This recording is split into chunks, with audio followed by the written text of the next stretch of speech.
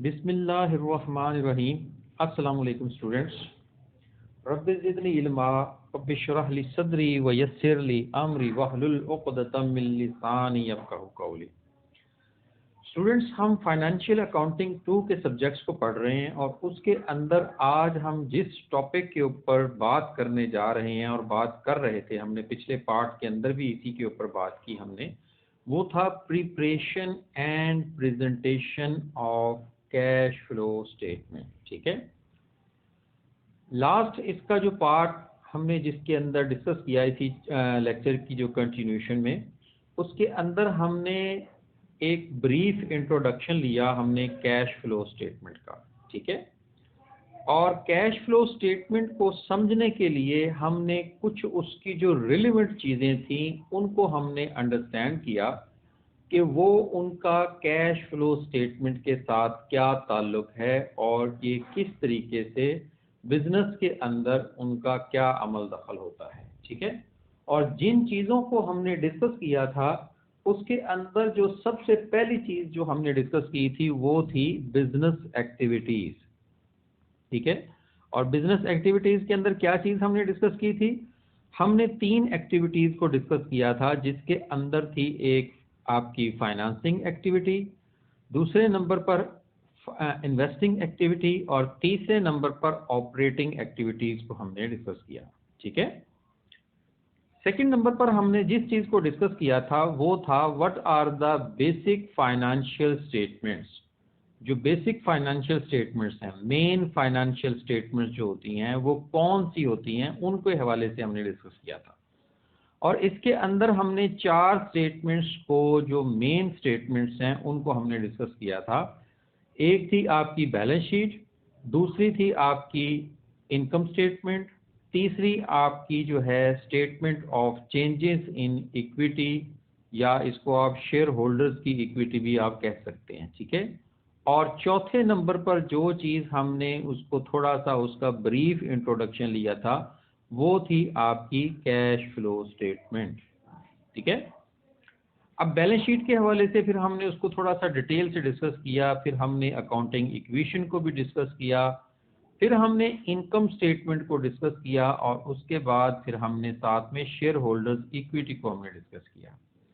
आज जिस टॉपिक के ऊपर अभी हम इस पार्ट के अंदर, लेक्चर के अंदर हम जो जिसके ऊपर डिटेल से बात करेंगे वो है कैश फ्लो स्टेटमेंट।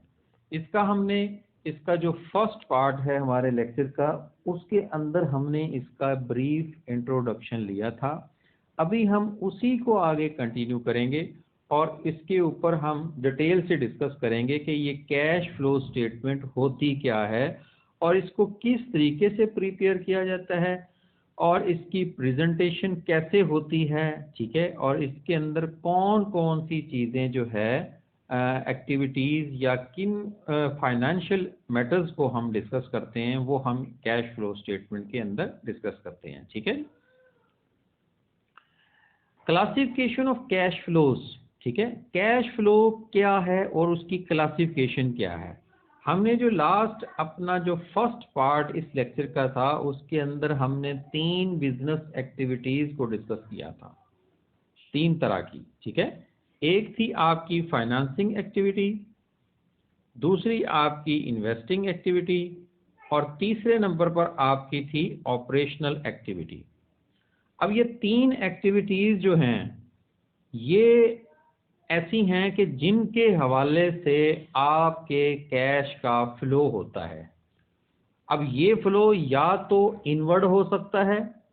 ठीक है, इनवर्ड मीन कि आपके बिजनेस के अंदर कैश की फॉर्म में जो कैश आ रहा होगा उसको हम कहते हैं इनवर्ड या इनफ्लो। ठीक है, और दूसरा आउटवर्ड या आउटफ्लो भी होता है, यानी कि अगर आप किसी को कैश की फॉर्म में आप किसी को पैसे देते हैं या फंड्स कहीं पे यूटिलाइज करते हैं तो वो आपका कैश आउटफ्लो कहलाएगा या कैश आउटवर्ड एंट्री आपकी कहलाएगी। ठीक है जी। अब इसके अंदर जो ऑपरेशनल एक्टिविटीज़ होती हैं उसके अंदर कैश का जो फ्लो होता है वो आपकी सेलिंग की फॉर्म में होता है। मसलन आप जब कोई चीज़ सेल करते हो तो आपके पास अगर आपने उसको जो है कैश की फॉर्म में सेल किया है तो कैश आपके पास आ रहा होता है, इंक्रीज इन कैश हो रहा होता है, ठीक है। या सर्विसेज की फॉर्म में भी हो सकती है वो चीज़, ठीक है। तो ये आपकी बिजनेस की जो एक प्रिंसिपल एक्टिविटी होती है जिसकी फॉर्म में कैश का इनफ्लो होता है। अब ये कैश का आउटफ्लो भी हो सकता है कि अगर आप कोई ऑपरेशनल मैटर्स के हवाले से, मसलन आप किसी को सैलरी देते हो या वेजेस पे करते हो या आपने रेंट पे किया या आपने कुछ इस तरह की कोई एक्टिविटी की, तो ये कैश का आउटफ्लो होगा, ठीक है। इसको हम जो है ऑपरेशनल एक्टिविटीज जो होती हैं उसके अंदर हम डिस्कस करते हैं। इन्वेस्टिंग एक्टिविटीज कौन सी होती हैं कि जब आप किसी किस्म की कोई एक्विजिशन करते हो या आप किसी एसेट को सेल आउट करते हो, ठीक है ना। कोई एसेट आपने खरीदा या आपने उसको बेचा तो आपके कैश का इनफ्लो या आउटफ्लो होगा। अगर आप खरीदेंगे तो कैश आप देंगे किसी को तो फिर आपका कैश आउटफ्लो होगा। और अगर आप बेचेंगे, किसी एसेट को आप बेचेंगे, मसलन कोई बिल्डिंग बेचते हो, कोई मशीनरी बेचते हो या कोई ऐसी चीज़ बेचते हो, तो फिर आपके बिजनेस के अंदर कैश का इनफ्लो होगा, ठीक है। इनफ्लो मीन कैश आ रहा होता है, ठीक है। फाइनेंसिंग एक्टिविटी लॉन्ग जो है वो लॉन्ग टर्म भी हो सकती है और शॉर्ट टर्म भी हो सकती है, और इसके हवाले से भी आपका कैश का इनफ्लो भी हो सकता है, आउटफ्लो भी हो सकता है, ठीक है। और ये रिलेट कर रही होती है आपकी लायबिलिटीज के हवाले से या आपके ऑनर्स इक्विटी जो होती है उससे रिलेट कर रही होती है, ठीक है। डिविडेंड्स वगैरह जो पे करना या इस तरह की जो है। अब इसके अंदर अगर आप किसी लायबिलिटी को अदा करते हो, लाइबिलिटी आप पे करते हो, किसी अपने ऑनर को आप उसकी पेमेंट करते हो, तो वो आपका आउटफ्लो होगा। और अगर आप को कैश की फॉर्म में किसी मालिक से या किसी आउटसाइडर से आप जो है कैश वसूल करते हो तो वो आपका इनफ्लो होगा, ठीक है जी। What is cash? अब कैश के अंदर हम क्या चीज़ लेते हैं? कैश से मुराद नकद रकम नहीं सिर्फ होती, कैश के अंदर कुछ और चीज़ें भी होती हैं जिसके अंदर मेन चीज़ें जो है कौन कौन सी होती हैं, जिसमें ट्रेजरी बिल्स भी आ जाते हैं, इन्वेस्टमेंट फंड्स भी आ जाते हैं, फॉरेन करेंसी ऑन हैंड आ जाती है, चेकिंग अकाउंट या फ्री सेविंग अकाउंट जो होते हैं, ये तमाम तरह की जो चीज़ें होती हैं इसको हम कैश इक्विवेलेंट समझते हैं, ठीक है। या कैश एट बैंक भी हो सकता है या इस तरह की चीज़ भी हो जाती है, ठीक है। तो ये तमाम चीज़ें जो हैं ये कैश के अंदर ही इंक्लूड होती हैं और कैश इक्विवेलेंट हम इनको समझते हैं और इसको हम कैश ही कंसीडर करते हैं, ठीक है। Cash flow from operating activities, ये मैं पीछे आपको डिस्कस कर चुका हूँ, ठीक है। कि जब आप किसी से कैश वसूल करते हो किसी कस्टमर से कि आपने उसको सेल की है चीज़ों की या सर्विसेज को परफॉर्म की हैं, तो वो आपके जो ऑपरेशनल एक्टिविटीज़ है उसके अंदर उसका इनफ्लो होता है, ठीक है। कैश आपने वसूल किया किसी किस्म का, कोई डिविडेंड की फॉर्म में भी हो सकता है, कोई इन्वेस्टमेंट की थी उसकी शक्ल में, इंटरेस्ट रेवेन्यू जो होता है वो, ठीक है, कमीशन या फीस, तो वो भी जो है आपकी जो है वो ऑपरेशनल एक्टिविटीज़ में शुमार होता है, ठीक है। और इसको भी हम इनफ्लो लेते हैं, ठीक है।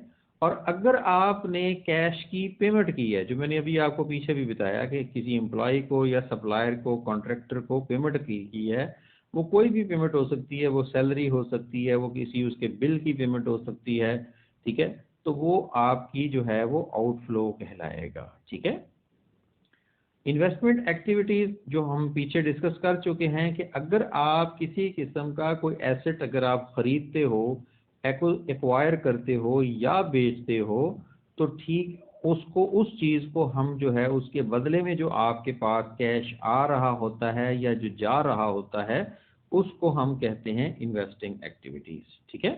फाइनेंसिंग एक्टिविटीज़ ही हम पहले डिस्कस कर चुके हैं पीछे कि जिसके अंदर अगर कोई लायबिलिटी आउटसाइड जो लायबिलिटी होती है ना, अगर कोई आउटसाइड जो है वो लायबिलिटी अगर आप जो है उसको वहाँ से कैश आपके पास आता है या आप उसकी पेमेंट करते हो तो वो आपका इनफ्लो या आउटफ्लो होगा।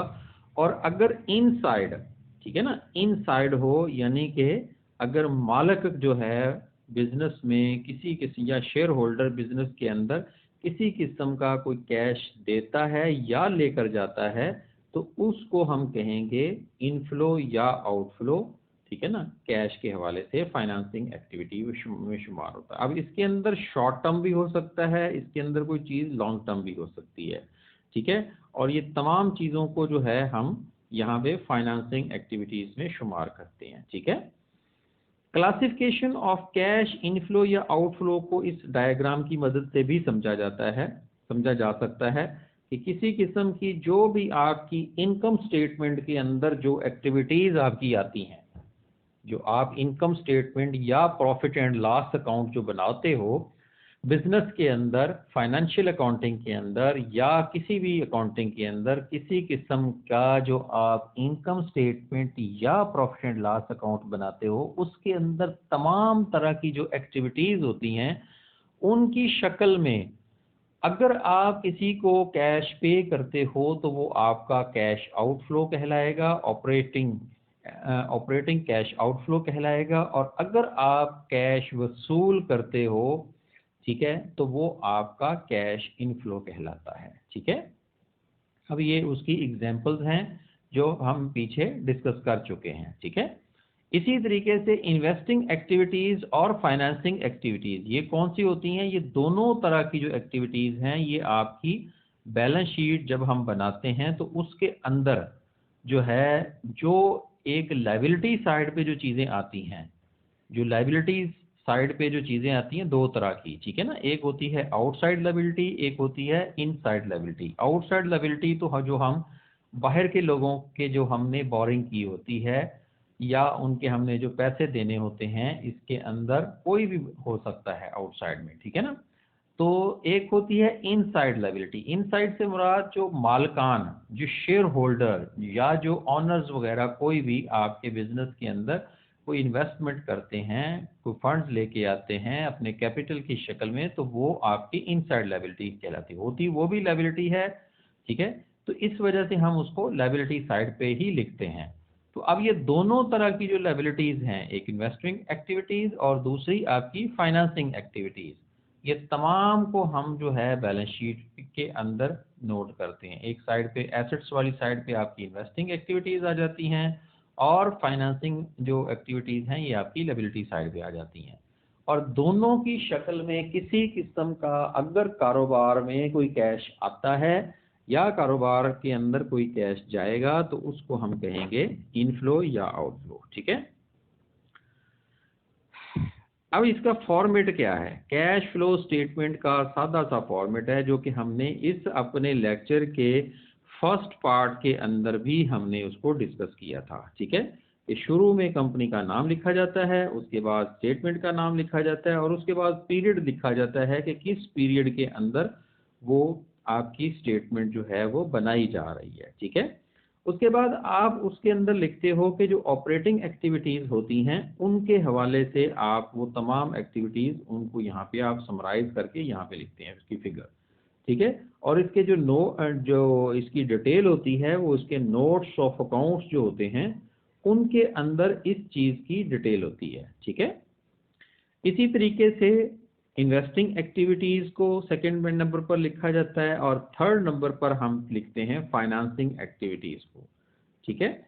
फाइनेंसिंग एक्टिविटीज़ को हम फिर थर्ड नंबर पर लिखते हैं और इन तीनों को जब हम जमा कर लेते हैं, ठीक है, तो वो आपका नेट चेंज इन कैश आपका कहलाता है। अगर वो पॉजिटिव हो, ठीक है, यानी कि अगर उसका बैलेंस पॉजिटिव हो तो उसको इंक्रीज के हवाले से समझा जाता है, यानी कि, और अगर डिक्रीज हुआ हो तो उसको ब्रैकेट के अंदर लिखा जाता है, ठीक है। और इसके अंदर जो है ये जब हमारे पास निकल आता है तो इसके अंदर हम बिगनिंग कैश जो होता है, ओपनिंग इन्वेंट्री जो होती है, उसको हम इसके अंदर ऐड करते हैं और एंडिंग इन्वेंट्री जो हमारे पास होती है, एंडिंग कैश बैलेंस जो होता है उसको हम यहाँ से माइनस करते हैं, ठीक है। तो ये आपके पास फिर जो चीज़ निकलती है वो कहलाती है नॉन कैश इन्वेस्टिंग एक्टिविटीज़ जो है ना, बैलेंसेस वगैरह जो होते हैं वो आपके पास आ जाती हैं, ठीक है। तो ये सिंपल सा सादा सा फॉर्मेट है ठीक है। अब उसके हवाले से हम इसके दो मेथड्स जो हैं वो इस्तेमाल करते हैं। एक होता है आपका डायरेक्ट मेथड और दूसरा होता है आपका इनडायरेक्ट मेथड, ठीक है। जो डायरेक्ट मेथड होता है उसको हवाले से हम कैसे करते हैं, कहते हैं इनकम स्टेट आइटम्स जो होते हैं उसको हम कन्वर्ट कर देते हैं टू कैश फ्लो इंडिविजुअली, ठीक है ना। जो इनकम स्टेटमेंट के जितने भी आइटम्स होते हैं उनको हम कन्वर्ट करके कैश फ्लो के अंदर ले आते हैं इंडिविजुअली, हर एक को अलग-अलग। जबकि इनडायरेक्ट मेथड के अंदर हम फर्क दोनों में, जो इन्वेस्टिंग एक्टिविटीज या फाइनेंसिंग एक्टिविटीज होती हैं दोनों सेम लिखी जाती हैं पैटर्न में, ठीक है। जो डायरेक्ट या इनडायरेक्ट मेथड में फर्क कहाँ पे आता है, वो सिर्फ आता है आपकी ऑपरेटिंग एक्टिविटीज में फर्क आता है, ठीक है। तो ऑपरेटिंग एक्टिविटीज को अगर हम उसको इनकम स्टेटमेंट के आइटम्स को कन्वर्ट करके कैश फ्लो की शक्ल में इंडिविजुअली लिखेंगे तो वो आपका डायरेक्ट मेथड कहलाएगा।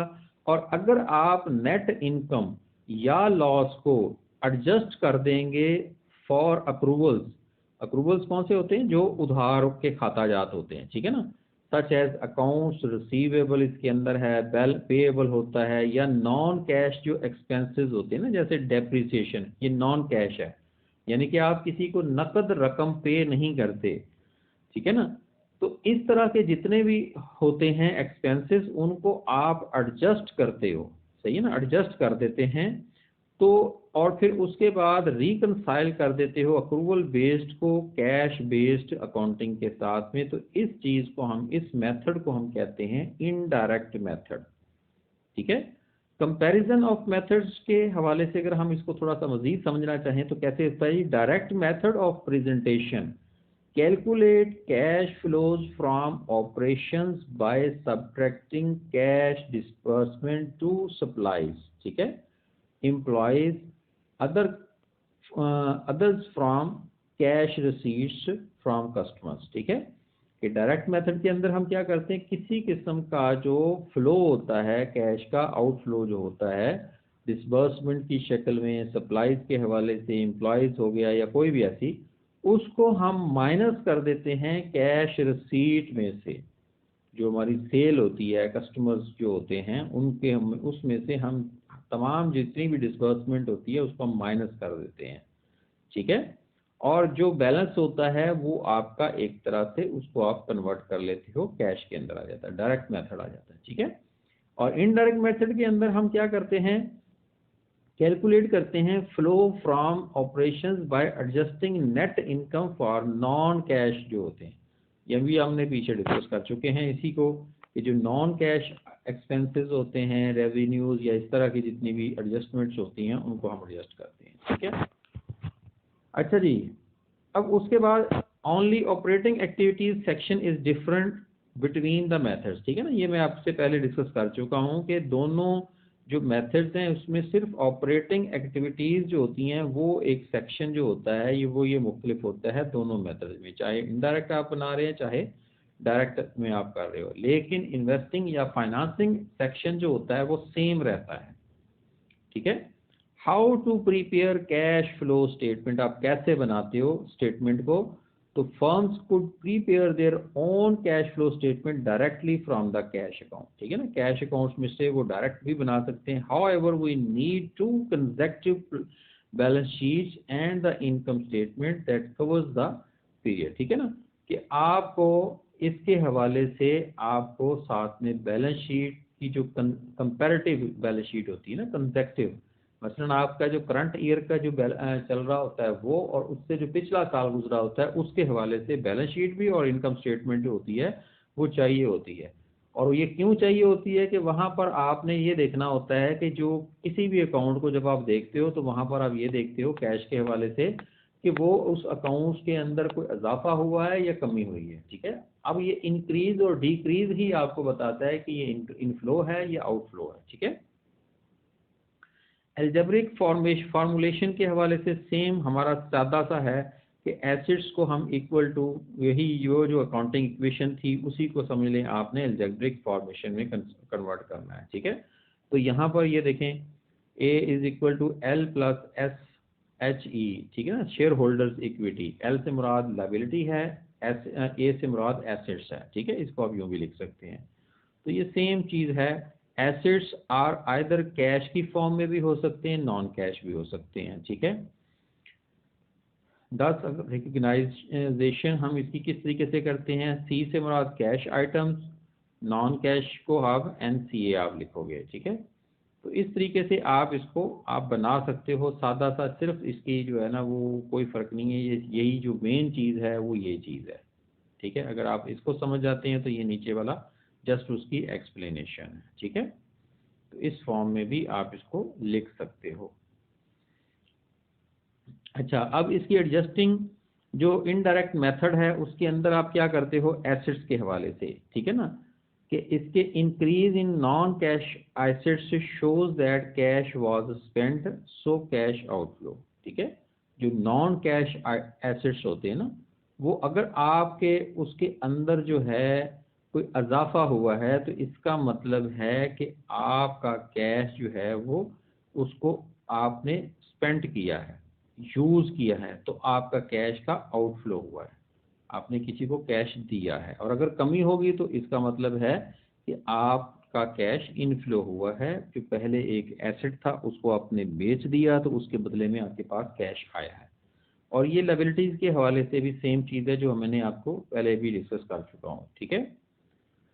इनडायरेक्ट मेथड के अंदर जो है इनकम जो है, ये देखें उसकी एडजस्टमेंट एंट्री कैसे हम करते हैं, कहते हैं जी non cash expenses, depreciation, amortisation, uncollectible accounts expenses के अंदर हम जमा कर देते हैं लॉस को ऑन सेल ऑफ एसेट्स जो है। फिर उसके अंदर आप जमा करते हो increase in current liability plus decrease in current liability, minus इसमें से आप जो है gain in on sale of assets, decrease in current liabilities, decrease in current assets, इनको आप माइनस करोगे तो जो चीज़ आपके पास निकलेगी वो होगा cash flow from operating activities, ठीक है।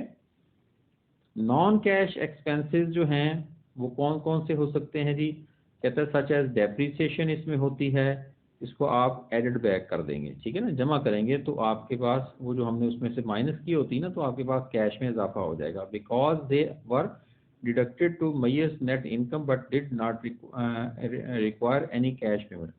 हम डेप्रिसिएशन को जब इनकम स्टेटमेंट बनाते हैं तो वहाँ पर हम जो है प्रॉफिट में जो आपकी इनकम होती है उसमें से डेप्रिसिएशन को एज ए एक्सपेंस के तौर पर हम माइनस कर रहे होते हैं, क्योंकि माइनस तो हम कर रहे होते हैं एज ए एक्सपेंस के तौर पर, लेकिन एक्चुअल में आप इसकी किसी किस्म की कोई पेमेंट नहीं किसी को करते।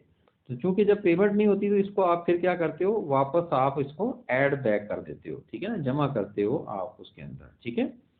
They are not truly sources of cash even though they are associated with cash outflow, ठीक है ना, सिर्फ यही नहीं होते और भी कुछ तरह के जो आपके accrued expenses हैं वो भी शामिल किए जाते हैं, ठीक है। अच्छा, ये एक छोटी सी एग्जांपल ली गई है जिसके अंदर मुख्तलिफ किस्म के आपके अकाउंट जो हैं उनको लिया गया है और इसको आगे बनाने के हवाले से बताया गया है, ठीक है। अब इसका जो है यहाँ पर जो थोड़ा सा बताने का मकसद ये है, जस्ट यहाँ पे इसको शो करवाना है यहाँ पे, कि यहाँ पर जब आप एडजस्टमेंट इंक्रीज करते हैं तो कैसे करते हैं, ये देखें जी कि आपकी इंक्रीज इन अकाउंट पेएबल जो है आप उसको क्या करोगे, जमा हो जाता है, ठीक है। इंक्रीज इन अकाउंट पेएबल जो है, इसी तरीके वेजेस पेएबल, टैक्सेस पेएबल, ठीक है ना, अगर आपका इसमें इजाफा हुआ है तो इसका मतलब है कि आपके पास कैश आया है, इंक्रीज इन कैश हुआ है, ठीक है ना, इंक्रीज इन कैश हुआ है। और अगर डिक्रीज इन कैश के हवाले से देखना हो तो किसी किस्म का अगर अकाउंट जो रिसीवेबल है या मर्चेंडाइज आपकी इन्वेंट्री है, प्रीपेड इन्वेंट्री एक्सपेंसेस है या इंटरेस्ट रिसीवेबल है, उसकी अगर आपने उसमें इजाफा हो रहा है किसी किस्म का तो इसका मतलब है कि आपके कैश में कमी हुई है, ठीक है, आउटफ्लो हुआ है, ठीक है। और इसी तरीके से अगर आप इन्वेस्टिंग एक्टिविटीज़ के हवाले से देखें तो इसके अंदर सेल्स जो होती है उसको आप जो है इंक्रीज के हवाले से शुमार होगी, बाकी जितनी भी आपकी जो पेमेंट्स हैं वो सारी आपकी डिक्रीज के हवाले से, और उनको हमने ब्रैकेट के अंदर लिख दिया, ठीक है।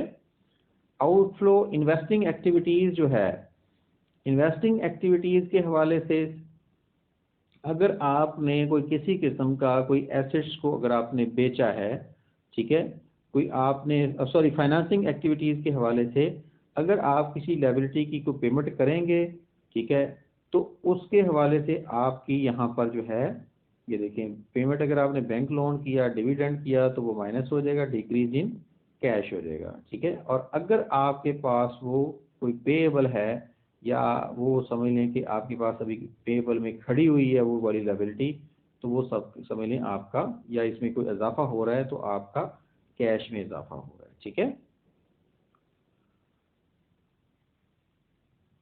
ये कैश के हवाले से उसके इफेक्ट्स हैं, ठीक है। लॉन्ग टर्म जो एसेट्स होते हैं अगर इनमें इजाफा हो तो आपकी जो है कैश का जो क्या नाम है उसका इनफ्लो जो है, और सॉरी आउटफ्लो होगा, ठीक है। और अगर उसके अंदर किसी किस्म की किसी एसेट्स में कोई कमी होती है तो वो इनफ्लो होगा, ठीक है।